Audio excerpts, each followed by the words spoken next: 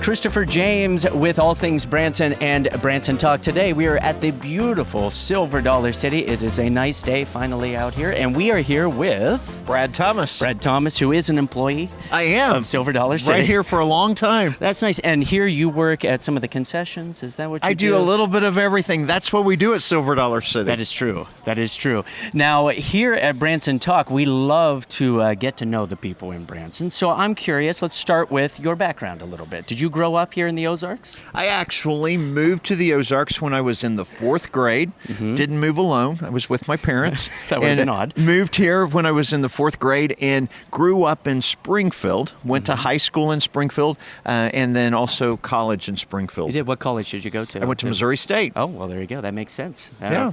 And when you were younger, did you have siblings growing up? I didn't. Oh, an only child. Only child. Oh, I wish I was an only child sometimes. But when you were growing up, what did you aspire to be? Surely you could not have imagined that you would be in the position you are today here. You know, that is a great question. So as the little kid, my parents took me to Astro World in Houston, Texas. We lived in Houston, and we visited Astro World, and I was fascinated by this amusement park, theme park kind of world. So as a little guy, I became enamored with this place that you would go, ride some rides, and enjoy a great time with your family. But I didn't really realize that you could actually have a career there. Right. So as I went through high school, as I went through college, I did what every kid does. And I always encourage students as they're trying to decide what they want to be, because we put so much pressure on ourselves and on young people to try to decide what we're going to be. And I went through all of that, and I thought through a variety of occupations, but I focused in on business, and I felt that that's where I was supposed to be. And so my undergraduate work was all in business. My graduate work was all in business. But I worked my way through high school, through college, in retail. And that's how I started at Silver Dollar City.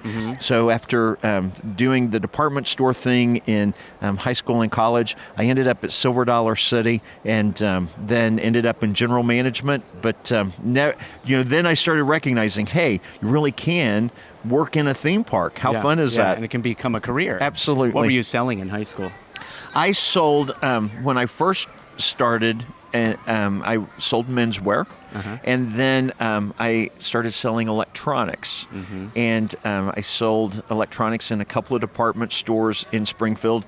And I was the guy that understood how that a VCR, showing my age a little, how a VCR could hook into a cable system. And I was always willing, someone bought a VCR for me, I would go to their home and hook the VCR into the cable, into the television, do all of those things. So I had a lot of fun, met a lot of people in Springfield, but I got a lot of referrals. So as this little part-time college kid, I had folks coming in to me to buy those VCRs, and so that was always fun. Well, how old were you when you started working at Silver Dollar City? I was in my late 20s. I've been here for 28 years.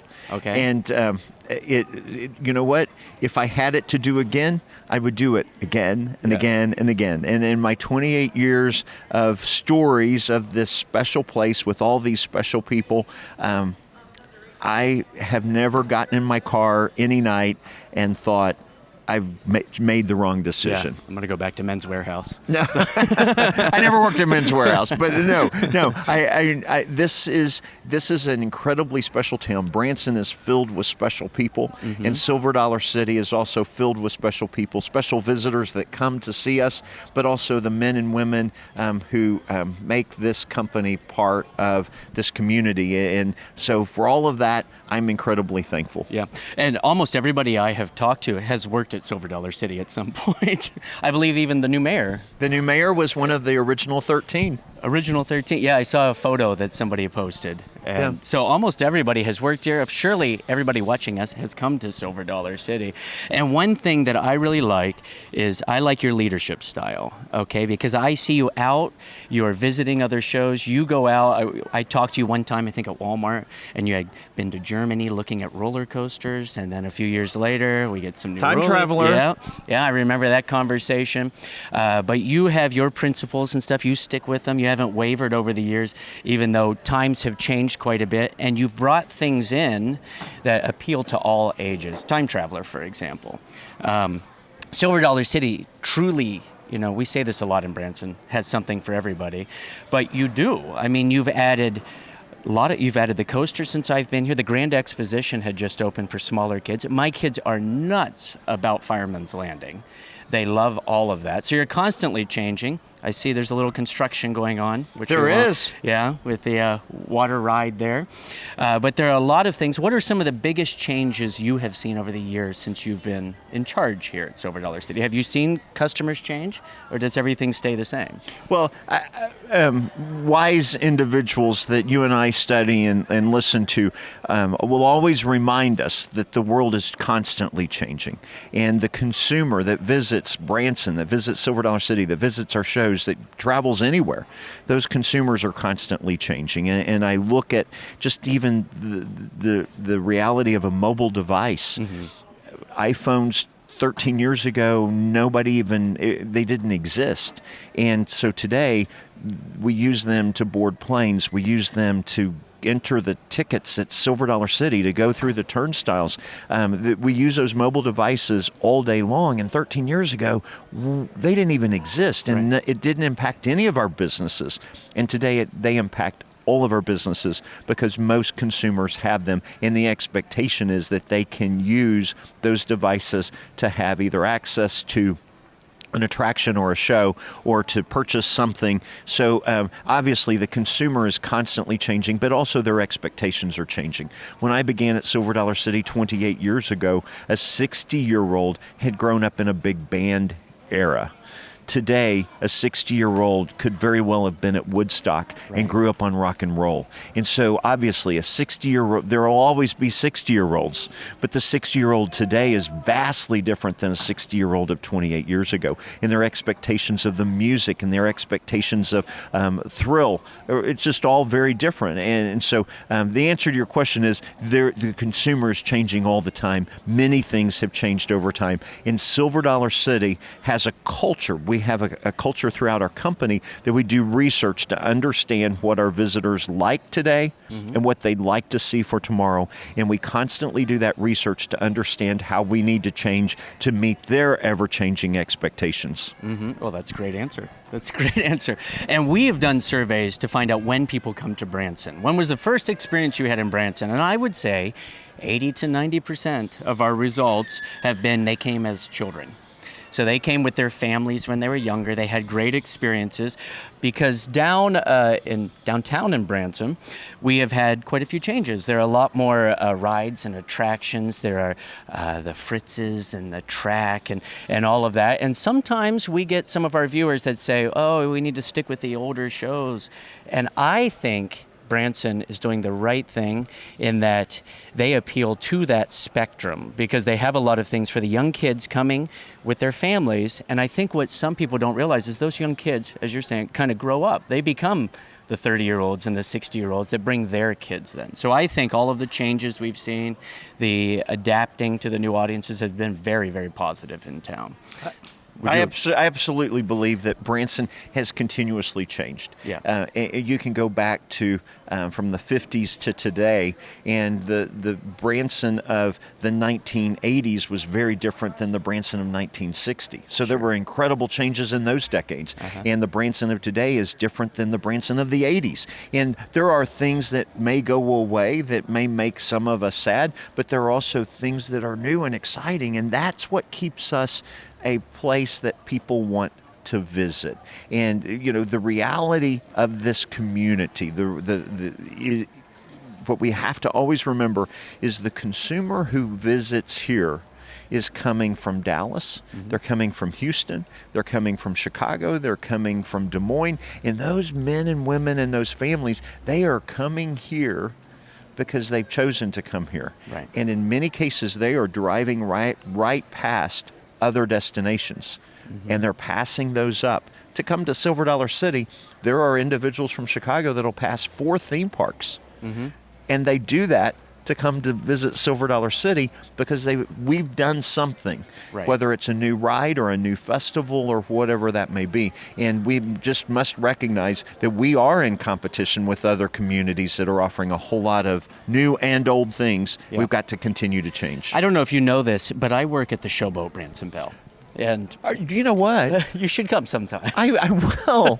Christopher, I love you at the Showboat, and I'm Oh, that's so very nice of thankful you. for what you do at the Showboat. I really appreciate that. I really appreciate And after that. all these years, I still laugh. Oh, you're the one. That's Finally. the favorite part of my show. But as you were saying, we get visitors from all over, and sometimes I'll ask people where they're from to find out where people have traveled from. We get a lot of Canadians that come here, like you're saying. They come all the way from Canada. We get a lot of people from Washington area. And this year I started a new thing. I had a programmer friend of mine build a section of my little website so that when visitors go on there, they can tag where they're from. And I set it up for veterans so that they can tag, they can put a little description of themselves, and it shows a map and a little bubble pops up. And so other people riding the boat can actually click on that and say, oh, here's so-and-so. I made a connection the other day where I had two guys. They said, we didn't know. I was upstairs. My buddy that I was in boot camp with was here. What are the odds of that?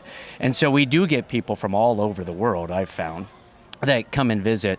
Now, when you were younger, though, and you were coming to Silver Dollar, what was your favorite thing to do? Oh my goodness! Well, I loved obviously Grandfather's Mansion. Yeah, my and kids Fire are in the crazy Hole about was that. all the deal. And it's really interesting because fast forward to today, there are a lot of memories made on Fire in the Hole, but Fire in the Hole obviously was so novel and unique. And then when I started understanding, it tells a real story of the night that the Bald Knobbers really did burn the town over this cave down to the ground. That's a fascinating story. But I always loved the feel of Silver Dollar City, the aromas. I loved the candy from Brown's Candy Factory. Loved the smell of the fried chicken. Loved it then. Love it all now. And I've seen, one day I saw a little wagon up here by the front gate, and I started checking it out. It was just a little tiny, looked like a little coal wagon, and I found out they used to have a kids section here where the kids could go and ride in those little wagons. Do you know what I'm talking about? You're looking kind of confused. You know what? I'm not sure that I do know. Because I actually found an ad, an old Silver Dollar City ad. I'll share it with you later. And the kids used to go to some little area, and it looked like a little coal wagon, and they would ride around in these things. On a track? I think so. The ore cart. Okay, is that what it is? Yes. So, my kids, they would have, I can't imagine today leaving the kids in a little area to ride on a little ore cart, but I'm constantly looking around and finding things. I'm friends with Terry Sanders, and he is always pointing out interesting things when we're here. I mean, he's quite a staple here. You guys need to check out Terry Sanders, if you can recognize him. That's true. How long's he been here? Do you know? Almost 40 years. 40 years, longer than you. We're right. Wow. Okay. So he's always pointing out neat little things here. And we bring people here that visit Branson, and they just love it because, like you're saying, it has character, number one. Okay. A lot of theme parks I go to, it's just blacktop. But there's so many interesting little things. The little signs you have around usually reference employees, right, that have been here for a long time. When an employee has been with the company for 25 years, if they've worked at Silver Dollar City or Whitewater or the Showboat for 25 years, then a special sign goes up that pays tribute to that individual. And so for those of us on our 25th year, we get this, we're part of a celebration, and our sign is revealed. We haven't seen that sign until that morning, and then at some point, like the night before, that sign is hung on the building, and that's where it will be from there forward. So what's your sign? My sign is overlooking the funnel cake stand right on the side of the Mill restaurant off of the square, and I am running for re-election for the Silver Dollar City mayor. Oh. And every one of those stories, or every one of those signs, has just some humor, Mine is hilarious because it talks about that I am a silversmith and I do all of these things, and oh, by the way, I'm running for re-election for mayor. Well, I have no artistic talent whatsoever. But then also there's a number embedded in those signs, and somewhere in that number you can then determine what year that the employee actually started. I did not know that. Now you know. Now I'm going to have to, the more That's you right. know, the more That's you know. right. So just let our viewers, as we close here, know what is the future of Silver Dollar City. Do you have any announcements to make? Are there any changes going on? A lot of people have been asking us online about the water ride being closed. Is it closed? Does something happen to it? Apparently. I think we've talked. I'm not much of a ride guy. I wish I was. And it's purely because I have a very bad back. But my kids are like, the water ride's closed. What's going on, Dad? And so I said, well, maybe something in 2020? Is that when? Yes. So last year we opened Time Traveler, which was a state-of-the-art, first of its kind spinning coaster. Not like a teacup spinning, but just an added dimension to the overall coaster experience. And we had literally individuals from all over the United States. We even had some individuals from Europe, coaster clubs that came to the United States, to Branson, Missouri, just to ride Time Traveler, because there is no other place on the planet that you can experience that ride. As we always look forward, at the very moment that we were opening Time Traveler, we were also making plans about Lost River. And we'd made the very difficult decision that we want to build a new ride to open in 2020, but the best spot for that was the site of the former Lost River. So we closed Lost River at the end of last year. We will make a big announcement later this summer where we will talk about what is being built in place of Lost River. And we also, I will tell you this, there'll be a new area and down in the riverfront area. Right now, there is a really long fence that is hiding that from our guests, but we'll spill the beans in later this summer. But also, as we move to 2020, we are celebrating our 60th anniversary. Silver Dollar City opened May 1st of 1960. So as we go into 2020, we will have a year-long celebration. We'll pay tribute to our past, but we'll always be looking forward to the future. We're we had a great past, but we're incredibly excited about the future, and we want to celebrate the men and women who've been here in the past and the men and women who are here today, and we're going to have a great year next year in just celebration, new area, as well as 60th anniversary. And so what is the future of Brad Thomas? What would you like to be remembered for when you know, 100 years from now, people come to Silver Dollar City, they see that you were running for mayor, maybe? You were a skilled silversmith. Okay, what would you like to be remembered for? You know, I think that question is important for all of us to think about every day. Yes. And hopefully drives us in how we choose to live our life. And I am hopeful that as I move into maybe eternity, that I would be remembered as a guy who cared. A guy who listened and a guy who cared. I care deeply about the folks who visit this town, that visit Branson, care deeply about the people who visit Silver Dollar City, but also care about our employees.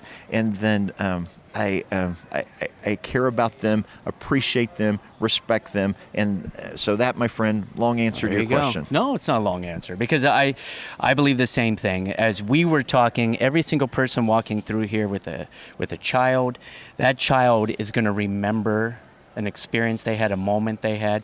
My grandmother used to say, don't sell the steak, sell the sizzle. You know, create a feeling for the people. And so I firmly believe that. And I think you've done that, to tell you the truth. Thank you. Because I've heard nothing but very positive comments over the years about you, and you've connected with the community, the people here, the employees here, and thank you very much for everything that you've done here at Silver Dollar City and for Branson in general. Same to you, my friend. Thank you. Thank you very much. And thank you for taking the time to talk with us on Branson Talk and all things Branson. Visit us online at the Facebook page. 27,000 people now. That's awesome. Crazy. 27,000 followers. Yes, it's not. Speaking of change, just 20 on years ago, Facebook. that would have not even been possible. I know. That's what I tell my wife. wife, I will put something online. We were covering a new business that opened downtown. It's a board game business. Do you like to play games? You know what? I know all about that business. I think it's awesome. It's crazy. Yeah. And the people are the nicest people. He's a retired postman. And he opened it up, and we went there the other night with the cast of the Showboat. You really need to check out that show. And it's an amazing business. But we posted it, and we had thousands of people view it within an hour. And 20 years ago, I can't even imagine that. Well, it was not possible. No, even when you only get 500, I'm still like, 500 people 500 looked at what people, I said right, and cared. right. You know, so Well, that's they may great. not have cared, but they Well, looked. They looked. They try to find mistakes. People correct me all the time. But thank you all for watching Branson Talk and All Things Branson. I'm Christopher James here with Brad Thomas. As always, stay in touch with us at All Things Branson, allthingsbranson.com, bransontalk.com. And as we always say, be nice to one another, okay? Do something nice. Thank you very much. Bye-bye.